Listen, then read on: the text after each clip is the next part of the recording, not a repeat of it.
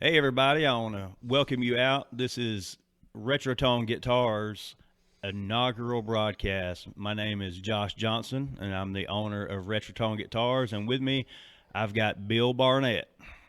How's everybody doing today? We hope y'all are doing good.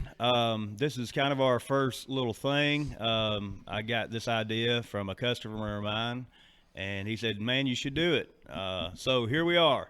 So, not off to, we want to give a shout out to Rob West and Tyler West at Cigar Idiots podcast, and hope they're doing great. And if you see them around, tell them that Josh and Bill from Retrotone said hi. If you don't mind, I know that we're going to talk about beginners and helping them out, showing them what to do, talking about what guitars. But can you tell me a little bit about you? How long have you been in guitars, and what do you play? That's a good question, Bill. Yeah, this is a beginner's episode, and we're going to cover some things that, we run in daily in here in the shop, customers asking. I've been getting in a lot of older people that said, "Hey, man, I always wanted to learn guitar." Well, I was one of those guys, too, just a few short years ago. I was raised up in church and, sang in the choir and everything, and always had kind of a music background. My dad was in gospel quartets and stuff, and so in high school, I was in the band, and I played drums and I played trombone, so I had a little bit of musical knowledge kind of coming into this thing. And then my sister gave me my grandmother's old piano. So piano and guitar are loosely related. And so I taught myself piano. Then I'm like, well, I really want to learn guitar. I said it, I put it down twice, and because it's hard to play, my fingers hurt. And then the last time I was like, man, you know what? There's something that I'm not doing that everybody else is doing, and I'm gonna figure this thing out because it's not impossible to play. And in a nutshell, that's exactly what I did, and that's what we're going to cover with you in today's episode. This being our inaugural broadcast, we're going to try to keep it short. We don't want to drag things out too long and just ramble on, but we want to kind of give you some good hints and tips of, and just talk about guitars, what we love in general. So That's it. I was curious just to find out about yourself, and just to let you know a little bit about me. I've been playing guitars for a little over 25 years now. Oh, wow.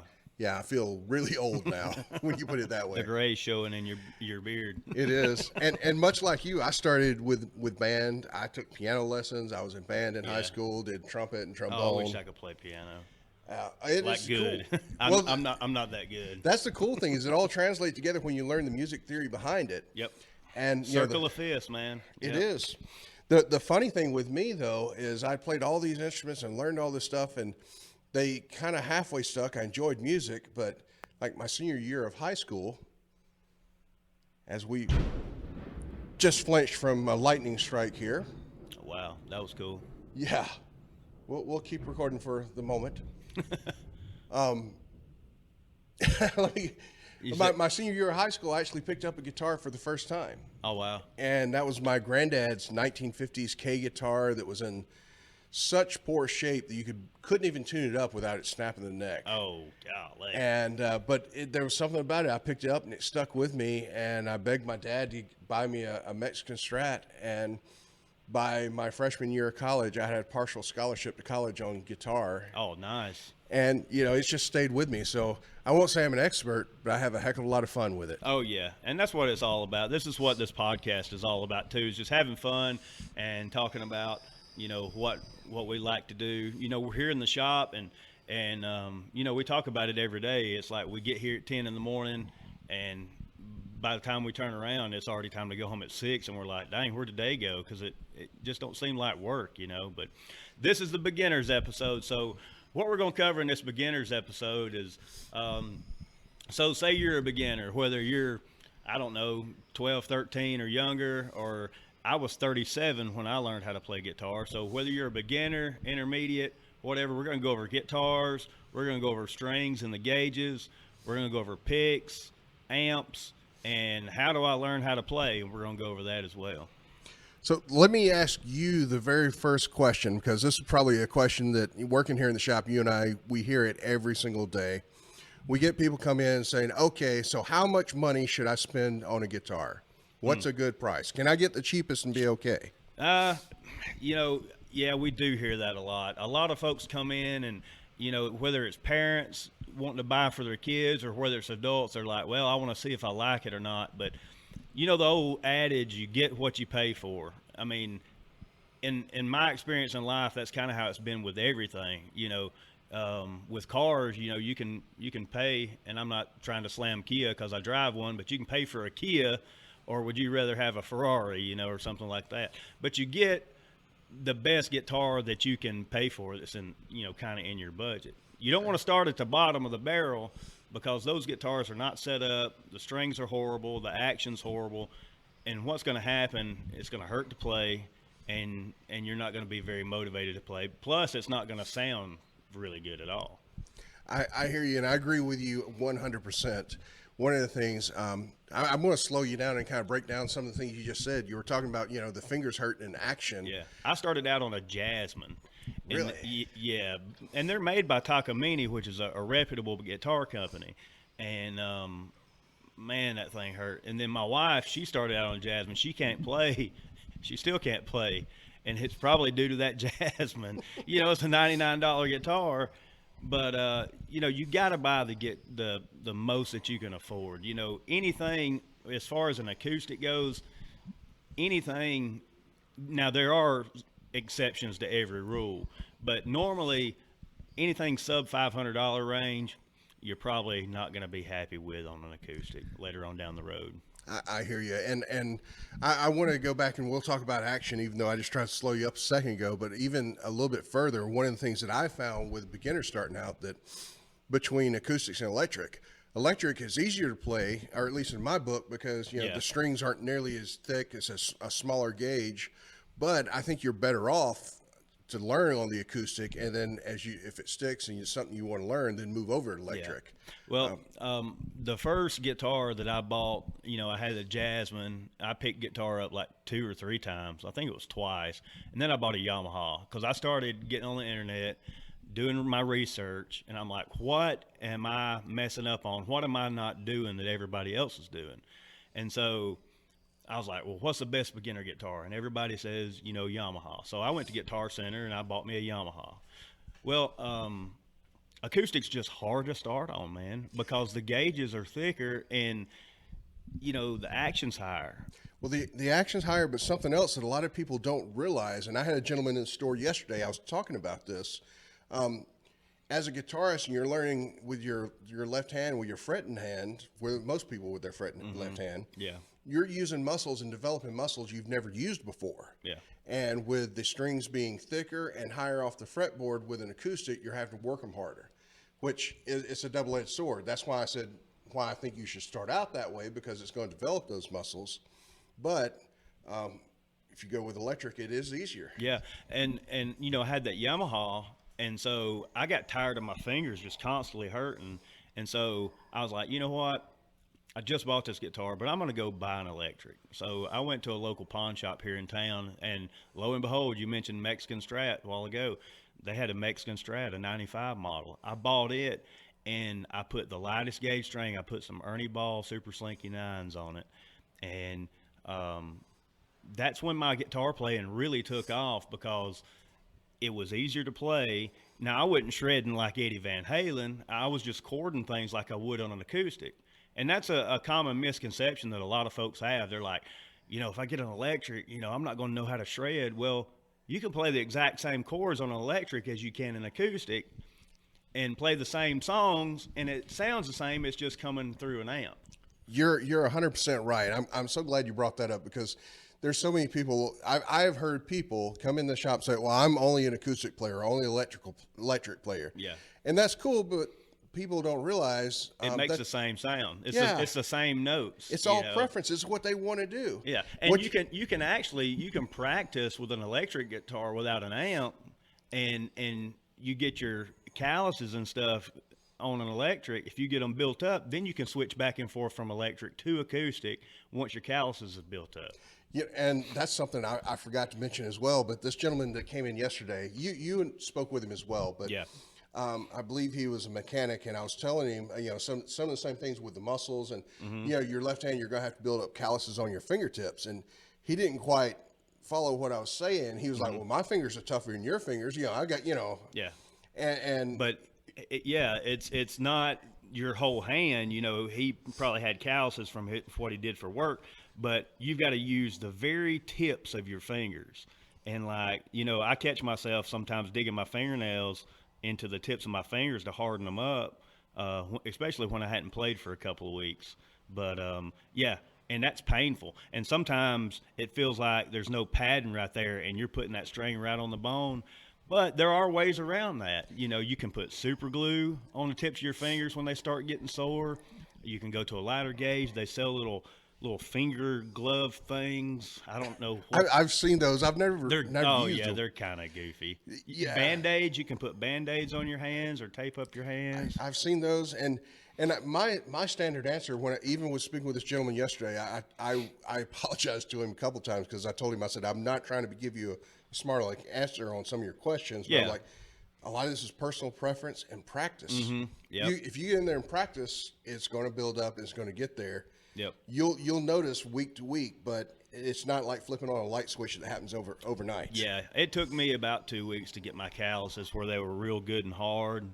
But going back to like the pricing and the guitars and stuff, we're going to talk about some brands now that are pretty reputable brands that would make a good acoustic guitar. Yesterday in the store, we sold a Breed Love Discovery. I love it. Yeah, Man, that was awesome. I was really amazed at the quality, and it was a sub $500 guitar. It wasn't bottom of the barrel $99. It was in the 3-4. It was on up there for like a beginner, but that thing sounded pretty amazing. It sounded awesome, and what I liked about it was just like what you mentioned with the bargain $99 guitar, but the Breedlove, we were able to actually set up the action, change the gauge of the strings, and set it up for that player and get it exactly the way he wanted. Yeah. That made it so much easier for him to play. And those are specially designed too, the neck, to give you a more comfortable radius. But Breedlove's a good brand. If you can afford a Martin, I mean, that's the standard. And even if it's a cheaper HPL, which stands for high pressure laminate, even if it's one of those Martins, those are just like the creme de la creme. They're like the Cadillac of all guitars. Taylor, Eastman is an import company, but they make good guitars. The vintage line that we have here would make a wonderful, like the slot head that we sold yesterday. It'd make a killer beginner acoustic guitar. I was actually about to ask you about that because, I'm relatively new to the shop here, and I'm new to the vintage brand, and I've gotten kind of familiar with their electrics, but I mean, do they carry a whole line of acoustics as well? They do have a whole line of acoustics, and that's the only one I ordered, and I kind of took a chance on it, and I was pleasantly surprised, man. For the money and the sound and the look, it really doesn't get any better than that. But I want people to find out about the brand because, you can't be a lot of guitarists, and I speak as a guitarist, are brand snobs. So if it doesn't say Fender, Gibson, Martin, or Taylor, they're going to turn their nose up at it. But there are actually some really good brands out there. There's some companies in China and Korea and Indonesia putting out some really, really killer guitars. But if you're hung up on the brand, you're going to miss out. Vintage sells their stuff for less than half of what like a Gibson Les Paul would be, and they're right up there. The feel, the sound, and the playability is right up there with Gibson. And with the Les Paul, the vintage weight is Yeah. The vintage, I mean, it's still a solid mahogany guitar and mahogany neck, but yeah, for some reason it don't weigh quite as much as a Les Paul. And you hit something there that I like to talk about, and I feel somewhat embarrassed to talk about sometimes because sometimes, it's talking out of both sides of your mouth. Yeah. Oh, yeah. Because you're talking about being the brand snob because, for the longest time, I'm like, well, I've got to get a Gibson. I've got to get an American-made Fender or whatever it was. Yeah. And when you look at my collection, I do have some of those high-end guitars in my collection. Mm-hmm. But as I've learned, the guitar doesn't make the player makes the guitar. Exactly. And if you have that guitar and you find the one that you like and it plays well and you sound good, Yep. it doesn't matter what's on that headstock. I don't care if it's a Squire, I don't care if it's a vintage or what it is. If I like the way it feels and it's easy to play, I'm going to naturally gravitate toward that guitar no matter what's in my collection. I mean, I've got a 335 Gibson at the house that I hardly ever play. What do I play? I play my Fender that I built for myself because I was the one that built it, and it's the most comfortable for me to play. But going back to the brands, we named some acoustic brands. Now, Fender has some good acoustics, and they've come a really long way since like the 70s and 80s when they used to be like just pure D junk. Yeah, almost like just a step above plywood. Yeah. I've had quite a few of the early 80s, mid 80s, late 80s Fender acoustics, and they were horrible. And the new stuff that Fender's coming out with, like the CD 160, it looks like they've copied Taylor, and there's a little bit of difference in the sound, but it's not enough to really justify paying all the money for. But Fender does good. On the electric side, you've always got Fender and Gibson, and then going back to vintage, they bang for the buck. Epiphone, more. You're getting a lot of bang for the buck with Epiphone. Well, look, I will even tell you that I first came in the shop, and I think I made it 3 days working here before I found a guitar. I was taking it off the wall, and the guitar I picked off the wall was a Squire. Yeah, Squire thin line Telly. Yeah, thin line Telly, and it's some people might not think it's that much, or that great of a guitar, but to me, it felt great, played great. I'm loving it. I really originally bought that guitar for parts. Really? I was gonna part it out. I was like, well, I could use the neck and use this, that, and the other. And then my technician was in the back, and I heard him playing it, and I was like, what are you playing? Because it sounded like one of my custom guitars. He's like, I'm playing this little Squire thin line. I was like, you got to be kidding me.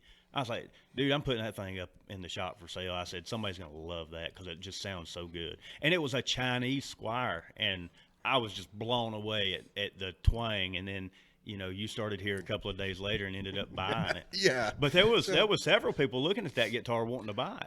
I was nervous. There was a couple guys eyeballing that guitar and playing it, and I had already decided, I'm like, well, if they can get it, you can make money, go for it. It wasn't meant to be. Yeah. But there was one guy finally, he was on the fence on getting it, and he walked out the door, and I like, dude, you just lost. So there's a lot of brands. Try to buy the best guitar that you can get if you're starting out. Don't be a brand snob, but do your due diligence and research. And there's always an up and coming brand out there that's going to give you more bang for the buck. Okay, so we went over brands and the dollar amount you should kind of spend on a guitar. Next thing we're going to go over is the strings.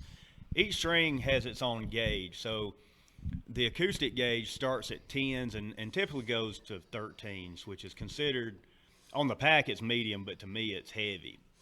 And then the electrics go from 9s, you can get as low as 8s, and then they normally go to 12s, and you really don't want to play more than a 12 unless you're Stevie Ray Vaughan. I would say, and here's something that I want to bring up that I'm a firm believer in this, because you're going to hear, as you go through and hear people talk about strings, you're going to hear some folks say and swear up and down, you have to have thick strings to get a good tone. Yeah, no. I disagree with that wholeheartedly. Yeah, I disagree with that as well, because does it affect tone?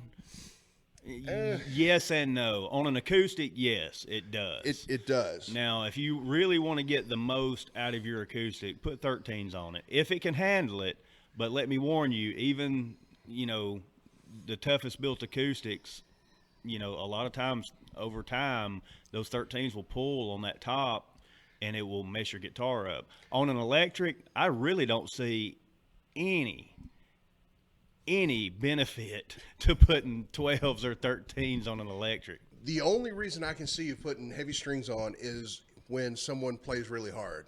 I had a buddy that actually did a Stevie Ray Vaughan tribute, and to play like he did, yes, he needs strings, the heavy gauge strings. But to get the tone, you have B.B. King. He played nines. He played eights. He did a lot of times. And here's the funny thing. Here's a little trivia for you. Billy Gibbons is ZZ Top. He plays sevens. Oh, wow. I didn't even know you could buy sevens. Well, the funny thing, he went out, and here's a plug for his strings. He has his own guitar company. He went out and bought a guitar company called String company? Reverend Willie's Mexican Lottery. And you, oh, wow. Yeah. I looked it up recently and ordered some, and I love them, but I got nines because that's what I play, but you can get it as low as sevens on there, and that's what he plays. Did you know that B.B. King never cut his strings on his tuning heads? He would wrap the whole string around the tuning pegs. He never cut the string. I did not know that. And, a lot of people use what they call willy whiskers and leave them flying off the headstock, which I don't really care for. BB would just wrap the whole darn thing around there. That's cool. Oh, yeah. So strings and string gauges, if you're a beginner starting out, you want to go with the lightest gauge that you can go with. On an acoustic, that's going to be a 10. And we do have an exception to that, which is a Martin Silk Steel. And those are really slinky acoustic strings that I sell to beginners all the time, and they love them. And for an electric, it's going to be a 9. So the string gauges and the setup is the biggest. That's what I found when I did my research. Those were the biggest two things that allowed me to be successful in learning how to play guitar, was the string gauges and setup. If I have light strings and I have a good setup, and we can pick those out for you here in the store. Yeah, we'll gladly show you exactly what we're talking about. And I'll even move us on to the next little topic, because I think it goes hand in hand with strings. Yep.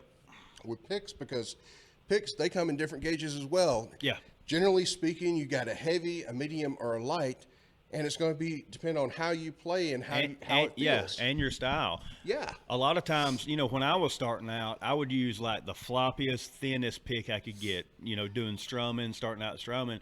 But then as I got better and kind of figured out, then I moved up to a medium. And then as I'm doing single string like solos, I do heavy stuff because it just makes you faster. It does. And I will tell you something that's happened to me over time. So I used to play with a really big pick, and over time I've gotten to a smaller pick because it makes me be more accurate with my picking. Yeah. Oh, yeah. Yep. I still have about 3. I like the tortoise. What is it?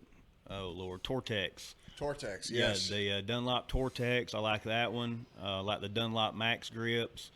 And I bet you like those, because if I'm not mistaken, those are the ones that have a texture on it, a grip texture, so you don't slip as easy. And again, those are good for beginners. If I get like a Fender medium, or if I get like a pick that doesn't have any kind of texture on it, the pick will start to rotate as I'm playing in my hand, and it just drives me nuts. And I'll have to either stop playing and fix it. But with those max grips, they don't twist and turn in your hand. I hear you, and I've got some Dunlops that I love for the same reason. I can't think of the particular model or whatever you call it. Are they Davas? They're really thick, but they're concave on each side, so you can actually feel. Oh yeah, yeah. And just because we've got some that's similar to that. They kind of look like a teardrop, but those are Fred Kelly's that we have in the case over here. And that just happens to fit my hand the best, and so So. If you're beginning, starting out, and you're doing strumming, you want to pick a lighter pick that's, thickness, and, that will help with your strumming until you get the way the strings feel and everything. Now you may be like, well, what if I want, do electric?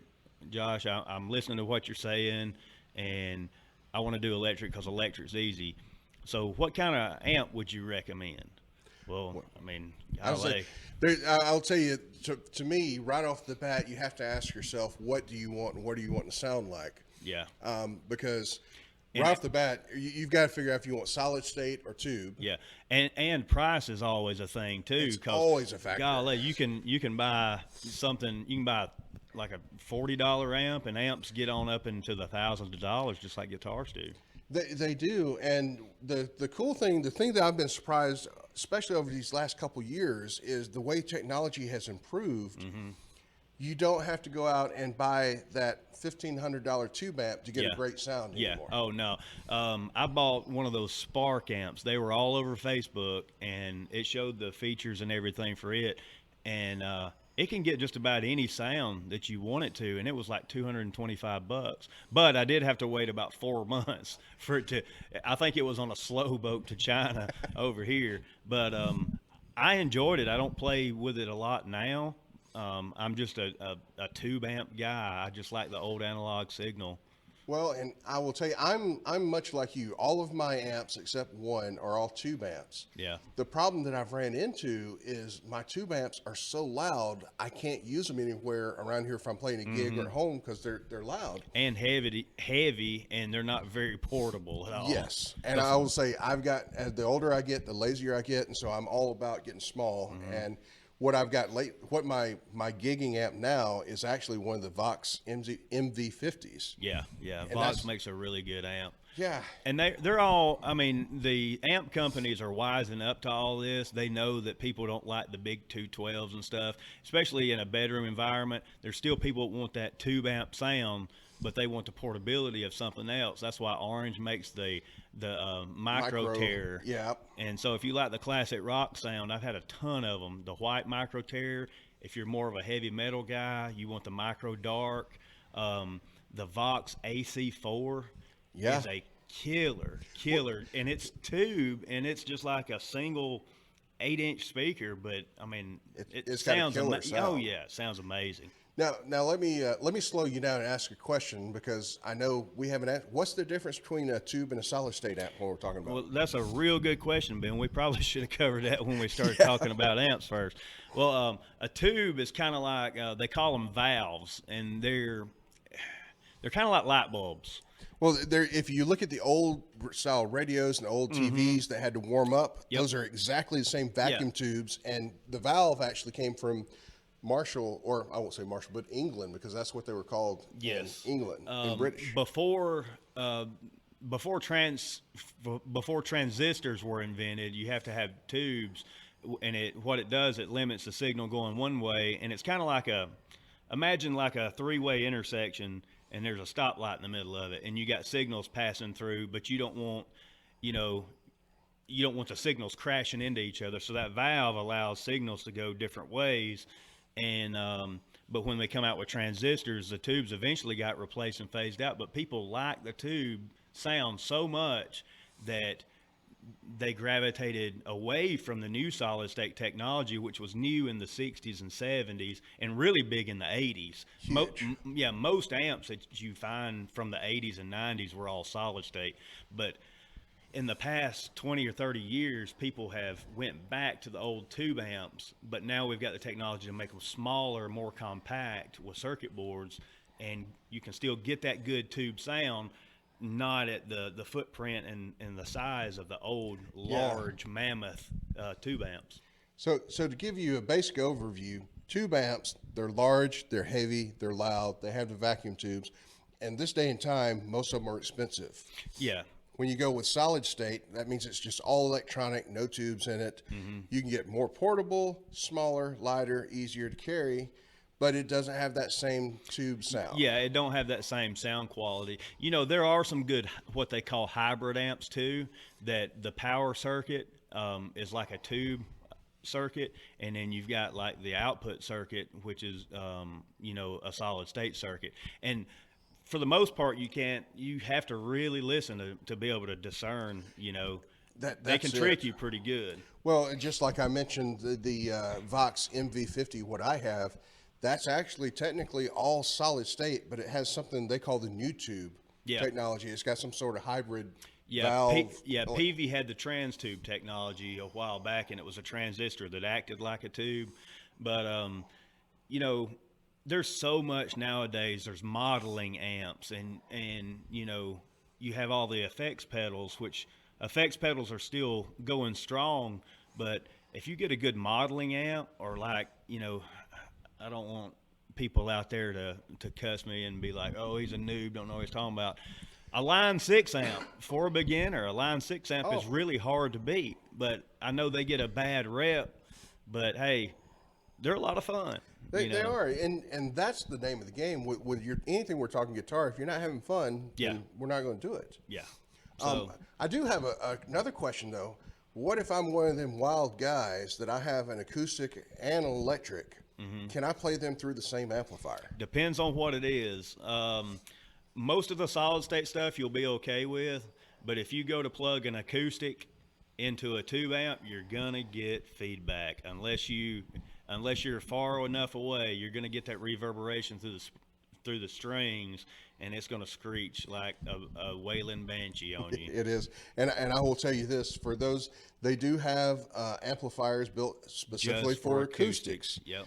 And that's also another one. You don't want to run your electric and run all your distortion pedals through that as well, because depending on the amp, they're not designed to handle that. Yeah. And I mean, I know players that they run an acoustic through a solid state amp, and they have pedals, and they can make their acoustic sound like an electric with distortion pedals, and it's kind of wild. But we're going off on a rabbit hole. But you to pick out the best amp for your needs, you got to find what sounds you're looking for. If you want effects or no, and the sky's the limit. You can get as cheap, and you can get as expensive as you want to. Well, and you hit the nail on the head. That what's fresh in my mind is this gentleman that came in the shop yesterday who came in. He saw both of us. He spoke to both of us. He had never played guitar, wanted to learn. He just knew that he didn't want the bottom end guitar. Yeah. And I felt a little bad, and I kept telling him I'm not being a smart aleck, but he would ask a question, and I'm like, well, the best answer I can give you is what do you like and what's your personal preference? Yeah. And that's a whole different conversation we can do a whole nother episode on. Oh, yeah. And a lot of times you got to ask, what kind of music do you listen to? What kind of music do you want to learn and play? Yes. Then you can kind of feel where you're going to go from there. Find an artist, find an artist you want to emulate and see what they use. Exactly. And I'm not saying you got to go out there and buy the $100,000 Martin, but there's always a cheaper brand. You don't have to get exactly what they have. Yeah. But emulate them. That's the best way. If they're using it, there's probably a reason. Yeah. And there again, there's other companies. You don't have to have an original Marshall Plexi to get that sound. I've got a PV Windsor in here that's probably about a tenth of the price, and it sounds just like it.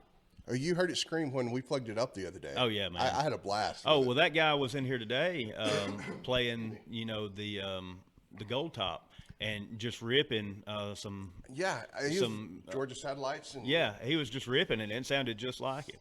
So, coming up to our last point, and we're going to be closing out the our inaugural fun guitar podcast. All right, Josh and Bill, you've told me all this stuff. I know what I'm looking for in a guitar. I know about the string gauges and the picks and the amp for an electric or an acoustic. So how do I actually, let's get down to brass tacks. How do I actually learn how to play? Well, I'm glad you asked that. It depends on what you want to do. It all depends on what you want to do. Now, you could go out and you could spend hundreds and hundreds of dollars on individual lessons. And is that okay? Yeah. There's nothing wrong with that. Yeah, if that's what you want to do. But I can tell you a little secret. All you got to do is get on YouTube. And if you're dedicated and you're committed, you find you a song that you like to play, go to ultimateguitartabs.com or go to YouTube, learn the chords in that song, and then just practice it and play it. Don't worry about, instructors. This is how some instructors kind of get you. Well, you're going to learn bad habits if you teach yourself.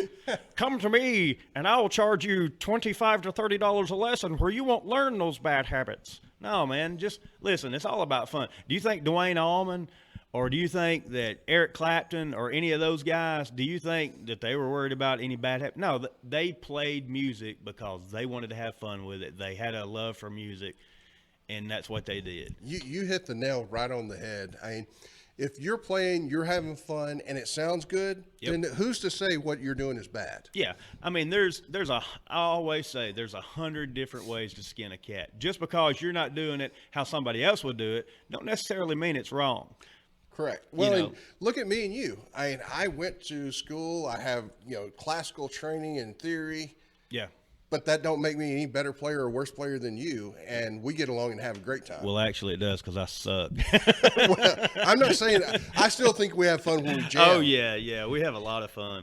And I will say this is something that we're starting here at Retrotone as well, and it ties in exactly what you're saying.